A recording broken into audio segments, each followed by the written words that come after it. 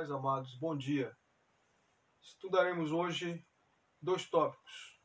O primeiro, dessa EBD, o número 1 é: o Deus perdoador nos assiste e nos capacita em nossas tribulações. Letra A. O que são tribulações? Definições que colocamos aqui: angústia por quaisquer motivos, perda de algo ou de alguém, aflição, apertos, algum flagelo físico ou emocional. E aqui temos alguns textos que enfocam a palavra tribulação ou, em outro sentido, angústia. Vamos ver? Daniel 12:1, o primeiro texto diz assim: nesse tempo se levantará Miguel, o grande príncipe, o defensor dos filhos do seu povo, e haverá tempo de angústia. Angústia aqui, frise-se, tribulação, qual nunca houve desde que houve nação até aquele tempo. Mas naquele tempo será salvo o teu povo, todo aquele que foi achado escrito no teu livro. Então, frisamos aqui a palavra angústia como sendo sinônimo de tribulação. Jeremias 30, versículo 7 diz: porque aquele dia é tão grande que não houve outro semelhante. E é tempo de angústia, mais uma vez a palavra angústia aí como sinônimo de tribulação, para Jacó. Ele, porém, será salvo dela. Jeremias 30, verso 7. E outro texto que nós citamos, dentre os centenas que falam sobre esse tema, está no Salmo 25, 17 e 18, que diz assim: as ânsias do meu coração se têm multiplicado, tira-me dos meus apertos. Observe: angústia, aperto, tribulação. Olha para a minha aflição e para a minha dor, e perdoa todos os meus pecados. Então aqui nós temos as palavras ânsias, não é? Apertos e aflição como sinônimo de tribulação. Letra B. Por que somos atribulados? Por que somos atribulados? Resposta: como consequência de nossas faltas. Juízo leve pelos nossos pecados. Não é um juízo pesado, um juízo leve. Veja os textos que estão em apreço aqui que definem isso. Lamentações 3,39 diz assim: de que se queixa, pois, o homem vivente, queixe cada um dos seus pecados. Não é? Isaías 38:17, após a aflição que passou, veja o que o rei Ezequias falou: eis que foi para minha paz que eu estive em grande amargura, mas a ti agradou livrar a minha alma da cova da corrupção, porque lançaste para trás das tuas costas todos os meus pecados. Veja, aflição aqui como sinônimo de amargura. Tá? E a Adão disse: porquanto destes ouvido a voz da tua mulher, e comeste da árvore de que te ordenei, dizendo: não comerás dela, maldita é a terra por tua causa, com dor comerás dela todos os dias da sua vida. Então, veja a consequência. Por que somos afligidos? Como consequência dos nossos pecados, né? Está aqui os textos que mostram isso. Letra C. Por que Deus permite ou envia tribulação aos seus filhos? Preste muita atenção. Em todas as vossas perseguições e tribulações que suportais, sinal evidente do reto juízo de Deus, para que sejais considerados dignos do reino de Deus, pelo qual, com efeito, estáis sofrendo. Então, primeira definição aqui é que Deus permite ou envia tribulação na vida do crente para que sejamos havidos por dignos do reino dele. Certo? Para que sejamos havidos por dignos do reino dele. Enfatize bem esse texto aqui. Não há muito tempo para nós comentarmos. Então a tribulação é também sinal evidente de que Deus está nos provando para que sejamos havidos por dignos, sejamos achados dignos de participar do reino dele. Letra D. Ao passar ou estar vivendo um momento de tribulação, como devo reagir? O que devo fazer? Passo número 1. Devo orar. Tiago 5,13 diz assim: está alguém entre vós aflito? Ore. Está alguém contente? Cante louvores. Letra D. Ao passar ou estar vivendo um momento de aflição, como devo reagir? O que devo fazer? Outra definição. Passo 2. Devo reconhecer que estou sendo disciplinado por Deus, meu Pai. Referências Hebreus 12, 4, 5 e 6. Ainda não resististes até ao sangue, combatendo contra o pecado. E já vos esquecestes da exortação que argumenta convosco como filhos. Filho meu, não despreze a correção do Senhor. e não desmais quando por ele fores repreendido. Porque o Senhor corrige o que ama e açoita qualquer que recebe por filho. Hebreus 12, 4, 5 e 6. Ao passar ou estar vivendo um momento de tribulação, o que devo fazer? Como devo reagir? O que devo fazer? Passo 3. Hebreus 12, de 7 a 11. Diz assim: devo reconhecer que o Senhor, que é nosso Pai, nos corrige para sermos participantes de sua santidade. Hebreus 12, 10 diz, 12, 7, 12, 10 e 11. Vamos ver. Se suportais a correção, Deus os trata como filhos. Está vendo? Porque que filho há que o pai não corrija? Porque aqueles, na verdade, referindo-se a nossos pais terrenos, na verdade, por um pouco de tempo nos corrigiam, como bem lhes parecia. Mas este, Deus, para nosso proveito, para sermos participantes de sua santidade. Então revela-se aqui nesses textos o propósito da aflição e como devemos reagir ante a tribulação ou aflição, que é sinônimo, é a mesma coisa. E, na verdade, toda a correção, ao presente, não parece ser de gozo, motivo de gozo, senão de tristeza, mas depois produz um fruto pacífico de justiça dos que são exercitados por ela. Não é? Claro que ninguém gosta de passar por tribulação, venha ela de Deus ou não. Tribulação é tribulação, mas não devemos ignorar que há um propósito quando Deus permite isso. Não é? Então vamos aí, não é nos destruir. Vamos adiante. Letra E. Qual o propósito de Deus na tribulação que ele envia, permite ou direciona aos seus filhos amados? Definições. Operar em tudo para o nosso bem. Outra definição. Operar em nós a experiência. Nos fazer experientes, tarimbados, traquejados, não é? Criar músculos espirituais, criar musculatura espiritual, criar resistência espiritual e moral também, né? E outra definição, usar o chicote, não é? o reio, não é? Como se dizia antigamente, o açoite para nos fazer voltar ao caminho direito. Não é? Vamos às definições dos textos bíblicos, que corroboram essas definições que colocamos aqui.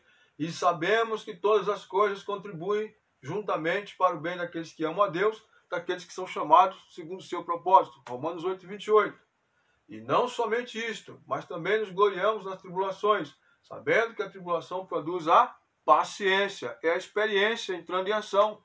Né? E o Salmo 119, versículos 67 e 71, esses versículos são maravilhosos. Veja, o propósito da tribulação permitida por Deus revelado aqui de forma categórica. Antes de ser afligido, andava errado, falou o salmista. Mas agora tenho guardado a tua palavra. Foi-me bom ter sido afligido para que aprendesse os teus estatutos. Então a aflição tem um aspecto pedagógico também. A tribulação tem um aspecto pedagógico, além de corrigir e fazer com que corrijamos a nossa rota, não é? Nos faz aprender os estatutos divinos. A aflição bem pode ser o cinto de Deus, a sandália do Senhor, entre aspas, né? A palmada do Senhor no nosso bumbum espiritual, para nos fazer aprender as coisas certas. A vara, né? Falando bem claro, a vara da correção, né? O reio nas costas, né? O cinto nas costas, para que aprendamos a andar de forma correta. Agora vamos para o segundo tópico desta lição que nos foi confiado, que é um Deus perdoador revela a sua maravilhosa graça. Muito bem. Diremos abertamente que Deus é perdoador. Referências estão aqui, Salmo 32, 5, 86, 5, Colossenses 2, 13, Miqueias 7, 19, Miqueias 7, 18 e 19. Vamos ao primeiro texto. Confessei-te o meu pecado e a minha iniquidade não encobri.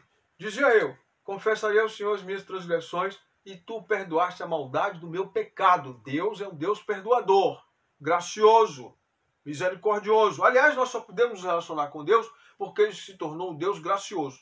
Porque ele é santo, santo, santo. E o pecador não pode se aproximar dele, a não ser que ele se tornasse gracioso, e é exatamente o que ele fez. Tá?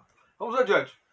Salmo 86, 5. Porque tu, Senhor, és bom e pronto a perdoar e abundante em benignidade para com todos que te invocam. Deus não está pensando em perdoar, ele é pronto, ele é disposto a perdoar. ele já está de coração aberto para perdoar o homem. Seja ele o pior homem que habitou, que habita ou que habitará na face da terra. O Senhor é bom e pronto, apto, disposto a perdoar imediatamente o ser humano. Ok? E abundante em benignidade para com todos que o invocam. Colossenses 2,13. E a vós outros que estáveis mortos pelas vossas transgressões e pela incircuncisão da vossa carne, vos deu vida juntamente com ele, com Jesus, perdoando-nos todos os nossos pecados. Perdoando todos, não foram alguns apenas, mas todos os nossos pecados. Todos. Tá? Miqueias 7,18 diz assim: Quem, ó Deus, é semelhante a ti, que perdoas a iniquidade e te esquece da transgressão do restante da tua herança? O Senhor não retém a sua ira para sempre, porque tem prazer na misericórdia. Tornará a ter compaixão de nós, pisará aos pés as nossas iniquidades e lançará todos os nossos pecados nas profundezas do mar. Deus é o Deus perdoador, o Deus gracioso. Esses textos revelam isso com abundância. Letra B. O perdão de Deus nos livra da ira divina, da ira que virá. Tá? Então vejamos juntos. 1 Tessalonicenses 1,10 e Atos 17,31. E esperar dos céus a seu Filho, a quem ressuscitou dentre os mortos, a saber, Jesus, que nos livra da ira vindoura, a ira que virá, a ira do próprio Deus. Então o perdão de Deus em Jesus nos livra de sermos apenados pela ira que ele vai derramar sobre os ímpios, impenitentes. Tá? E Atos 17,30 diz assim: Ora, Deus não levou em conta os tempos da ignorância. Agora, porém, notifica aos homens que em toda parte ou em todo lugar se arrependam. Condição sine qua non, sem a qual o homem não receberá o perdão de Deus. O perdão de Deus não é banana de fim de feira, que se vende por qualquer preço, não de forma nenhuma. Há uma condição, é o arrependimento sincero. Não é? Arrependimento sincero e mudança de rumo. Ah, eu me arrependo e continuo no pecado. Não, isso não vai, o perdão não vai alcançar desse jeito. De forma alguma. Vai? Jesus disse à mulher adúltera, que foi pega em adultério: vá, nem eu te condeno.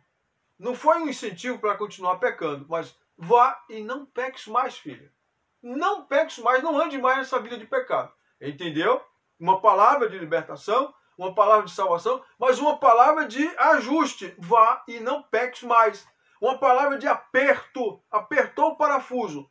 Vá e não peques mais. Entendeu, irmão? Entendeu, irmã? Para mim e para você.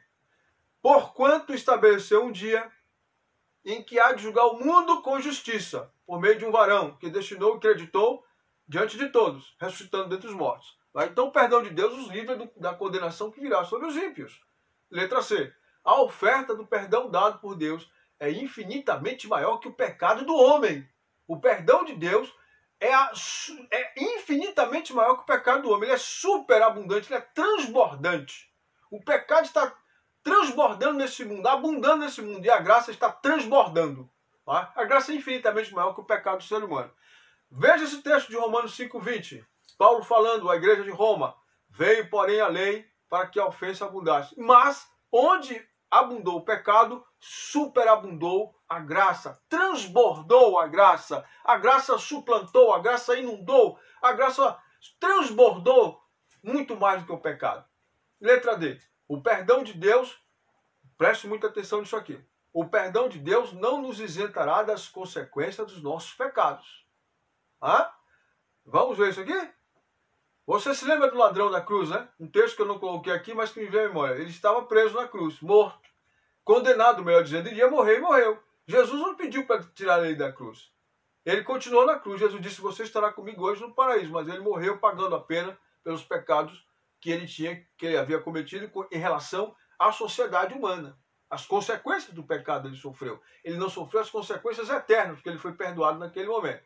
O perdão de Deus não nos isenta das consequências dos nossos pecados. Aqui estão as referências, vamos a elas. Não vou citar para ganhar tempo. Tá? Vamos a elas, vamos lê-las aqui.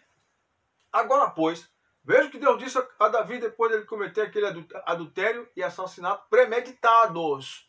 Agora, pois, não se apartará a espada jamais da tua casa, porquanto me desprezaste e tomaste a mulher de Urias o Heteu para ser tua mulher, tomar a mulher dos outros. E assim diz o Senhor: eis que suscitarei da tua própria casa o mal sobre ti, e tornarei tuas mulheres perante os teus olhos, Tomarei tuas mulheres perante os teus olhos, não é? E as darei ao teu próximo, que foi ao filho dele, Absalão, o rebelde, o qual se deitará com tuas mulheres perante o sol. Porque tu fizeste oculto, mas eu farei este negócio perante todo Israel e perante o sol. A luz do dia. Lei da semeadura. O que Davi semeou, ele colheu. Mas Deus perdoou o pecado dele. Você vai ver agora. Então disse Davi a Natã: pequei contra o Senhor. E disse Natã a Davi: também o Senhor perdoou o teu pecado. Não morrerás. Porque ele era para morrer. Ele era para ser apedrejado. Tanto ele como a mulher. Mas Deus perdoou o pecado. Agora veja que Deus não tirou as consequências do pecado. Deus revelou que isso ia suscitar esse mal na casa dele e outras coisas que iriam acontecer. Veja aqui. Todavia, porquanto com este feito deixa sobre o lugar sobremaneira a que os inimigos do Senhor blasfemem, também o filho que te nasceu certamente morrerá. A criança morreu por causa do pecado dele. A criança morreu por causa do pecado dele. Deus visitou o pecado dele naquela criança. Inocente. Mas aquela criança, se Deus deixasse viver, é sinônimo do pecado dele com aquela mulher. Deus assim julgou e assim decidiu. E você e eu, quem somos nós para dizer: Senhor, por que o Senhor tirou a vida de uma criança inocente? Quem é você e quem sou eu para julgar Deus? O Senhor é altíssimo, Ele é justo. Ele faz o que lhe apraz. Perdoa, pois, a iniquidade deste povo, segundo a grandeza da tua misericórdia, não é? E como tens perdoado este povo desde agora até o Egito. Veja o que Deus disse, Neemias orando pelo povo de Israel. Tornou-lhe o Senhor, Moisés, melhor dizendo, orando pelo povo de Israel, depois de eles terem se rebelado contra Deus no deserto, né? Ali no capítulo 14 de Números. Moisés diz: perdoa, pois, a iniquidade deste teu povo, segundo a grandeza da tua misericórdia, e como tens perdoado a este povo desde a terra do Egito até aqui. Deus tinha perdoado sempre. Deus estava perdoando as rebeldias do povo. Aquela rebeldia que se avizinhou ali, no momento em que os espias voltaram de olhar a terra, e 10 informaram a terra e 2 permaneceram fiéis, Josué e Caleb. Informaram a terra, informaram o Senhor, informaram tudo. E aí o Senhor disse, olha o que o Senhor disse. Tornou-lhe o Senhor dizendo: segundo a tua palavra, eu perdoei. Moisés não pediu perdão pelo povo, Deus disse: eu perdoei. Só que olha o que acontece. Deus aí pronuncia a sentença: nenhum dos homens que, tendo visto a minha glória e prodígios que fiz no Egito e no deserto, todavia me propuseram à prova já 10 vezes e não obedeceram a minha voz, nenhum deles verá a terra que com juramento prometi a seus pais. Sim, nenhum deles, nenhum daqueles que me desprezaram verá. Você está vendo? Deus perdoou o pecado. Porque se Deus não perdoasse, ele fulminaria todo mundo. Mas ele não tirou as consequências, o juízo leve, que foi condená-los a passar 40 anos rodando no Egito e todos morrerem no espaço de 40 anos. Claro que não morreram todos no mesmo dia ao completar 40 anos. Ao longo de 40 anos foram morrendo. E isso ainda foi misericórdia de Deus, irmãos. Esses textos mostram que o nosso pecado não afasta, se nós pecarmos contra o Senhor, não afasta as consequências dos nossos pecados. A Bíblia é a Bíblia. Não há nada que questionar. Letra E. Não devemos jamais banalizar o perdão de Deus. Outro item que eu coloquei aqui.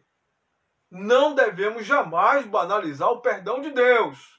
O próprio texto da lição que nós usamos aqui nesse momento diz, olha só, Romanos 6.1, Romanos 6.2 e 6.15. Observe. Que diremos, pois? Permaneceremos no pecado para que seja a graça mais abundante? É o que Paulo está perguntando, não é? Nós estamos na graça? Então vamos pecar, vamos beber, vamos adulterar, vamos para o carnaval, vamos descuidar da saúde, da moral do nosso corpo, da nossa mente, do nosso espírito? Não, de forma nenhuma. Olha o que Paulo diz: de modo nenhum. Como viveremos ainda no pecado, nós que para ele morremos? Deus nos perdoou para que não vivamos mais no pecado. Não é um incentivo para estar perdoando sempre. Eu peco, recebo perdão, volto a pecar de novo. É como um mergulho. O indivíduo vai, mergulha na piscina, sobe. Aí depois senta. Depois ele vai e mergulha de novo. Não. Ficar mergulhando no pecado e voltando o tempo todo? Não, de forma nenhuma. De modo nenhum. Como viveremos no pecado nós os que já morremos para ele, os que para ele morremos? Não. O perdão de Deus é uma clara declaração de que nós não devemos mais flertarmos com o pecado. Em hipótese nenhuma. Verso 15. E daí? Havemos de pecar porque não estamos debaixo da lei e sim debaixo da graça? De modo nenhum. De maneira nenhuma. Você está vendo que o perdão de Deus não é motivo para nós banalizarmos? Nós não devemos banalizar o perdão de Deus? De forma nenhuma. O que ocorrerá se nós banalizarmos, brincarmos com a graça e voluntariamente pecarmos, achando que Deus vai estar sempre à nossa disposição para nos perdoar? O que vai acontecer? Os textos estão aqui. O que ocorrerá se banalizarmos, brincarmos com a graça e voluntariamente pecarmos, achando que Deus vai estar sempre à nossa disposição para nos perdoar? Hebreus 10, 26, Jeremias 15, 6, B. 2 Reis 24, 4, B. Neemias 9, 17, 30, 31 e Romanos 11, 22. Existem muitos outros textos, eu apenas seleciono esses aqui. Vamos ver? Primeiro texto, Hebreus 10, 26. O que acontece se eu pecar voluntariamente? Se eu pecar conscientemente, sabendo o que estou fazendo? Se eu escolho pecar? Eu sou crente, mas eu escolho pecar. O que acontece? Deus me perdoa e fica tudo bem, não tem juízo, não tem correção, eu não tenho perigo nenhum. Vamos deixar que a Bíblia responda, senhores. Porque veja o que o texto diz. Porque se pecarmos voluntariamente é o mesmo que deliberadamente, depois de termos recebido o conhecimento da verdade, já não resta mais sacrifício pelos pecados. Está falando para crente isso aqui. Então o crente que é salvo corre riscos de, cometendo esse pecado, ele corre risco de ser afastado do Senhor. Porque se pecarmos voluntariamente depois de termos recebido o conhecimento da verdade, observe, já não resta mais sacrifício pelos pecados. Já não resta mais sacrifício pelos pecados, quer dizer, torna-se ineficaz o sacrifício pelos pecados, o indivíduo que peca voluntariamente. Versículo 6 de Jeremias 15. Tu me rejeitaste, diz o Senhor, voltaste para trás. Por isso levantarei a mão contra ti e te destruirei. Estou cansado de ter compaixão. Observe esta frase final aqui. O Altíssimo dizendo a Judá, naquele momento, de que se avizinhava um juízo terrível e veio sobre a nação, que seria levado cativo, destruído o templo, a cidade, Nabucodonosor matou milhares de judeus e levou os que restaram para Jerusalém, para Babilônia, melhor dizendo, e passaram lá 70 anos exilados. Deus disse, estou cansado de ter compaixão. Está na sua Bíblia isso? Está na minha. Você tem coragem de ler? Eu tenho, está aqui. Isso é uma advertência para mim e para você. Advertência, senhores, se há advertência é porque há riscos. Não faz sentido advertências onde não há risco. Como também por causa do sangue inocente, versículo 4 de 2 Reis 24. Como também por causa do sangue inocente que derramou, pois encheu a Jerusalém de sangue inocente. Por isso, observe esta frase final aqui, depois do ponto e vírgula. E por isso o Senhor não quis perdoar. O Deus perdoador não quis perdoar. Meu Deus, tenha misericórdia de nós. O Deus perdoador decidiu não perdoar. Como haverá um dia que Deus vai dizer, basta? Lamentavelmente, esse dia vai chegar. Hoje não é este dia, mas este dia vai chegar. Quando o homem diante do trono de Deus vai dizer, Senhor, me perdoa. Deus vai dizer, basta. Não há mais tempo, não há mais oportunidade. Esse texto mostra isso, que Deus não quis perdoar o pecado de Manassés e Deus também pode não querer perdoar em determinado momento o pecado do homem, se o homem banalizar, seja ele crente ou não, o perdão de Deus. Veja o que Neemias 9, 17, 30 e 31 diz. Recusaram-se a ouvir-te e não se lembraram das tuas maravilhas que lhes fizeste. Endureceram a sua serviço e na sua rebelião levantaram um chefe com o propósito de voltarem para a sua servidão no Egito. Voltar para o pecado. Voltar para o Egito aqui é sinônimo de voltar para o pecado, né? Voltar para o diabo, voltar para Satanás, voltar para o mundo. Porém, tu, ó Deus perdoador, clemente e misericordioso, tardio em irar-te e grande em bondade, tu não os desamparaste. No entanto, os aturaste por muitos anos e testemunhaste contra eles pelo teu espírito. Observe, Deus aturou. Sabe o que é aturar? É você ouvir mau grado, e ficar ali suportando. Deus aturou um povo rebelde durante muitos anos, tá? Por intermédio dos teus profetas, porém, não deram ouvidos. Deus enviou os profetas aqui. No entanto, os aturaste por muitos anos e testemunhaste contra eles pelo teu Espírito, por intermédio dos teus profetas. O Espírito estava falando através dos profetas. O Espírito não fala ao vento. Ele inspira os profetas de Deus. Porém, eles não deram ouvidos como a geração de hoje não dá às advertências que nós fazemos. Os pregadores mais odiados hoje são aqueles que pregam a Bíblia, que pregam a verdade. Em toda a igreja é assim. Por intermédio dos teus profetas, porém, eles não deram ouvidos, pelo que os entregaste nas mãos dos povos de outras terras. Mas, pela tua grande misericórdia, não acabaste com eles, quer dizer, não os destruíste, nem os desamparaste, porque tu és Deus clemente e misericordioso. Veio a correção, Deus os entregou a inimigos para que fossem espezinhados, mas não os destruiu de todo. Mas ainda assim, não retirou a correção, porque não se pode banalizar o perdão de Deus. Agora vem o texto final. O que vai acontecer se nós banalizarmos o perdão de Deus? Considere esse texto aqui, esse texto final. Considerai, pois, a bondade e severidade de Deus, para com os que caíram, para com os que negligenciaram o seu perdão, severidade. Mas para contigo, que não negligenciou o seu perdão, parafraseando, a bondade de Deus. Se nela permaneceres, a bondade de Deus é o perdão de Deus. Da outra sorte, se nós negligenciarmos a bondade de Deus e o seu perdão, também seremos cortados. Há riscos, há advertências bíblicas, elas têm sentido.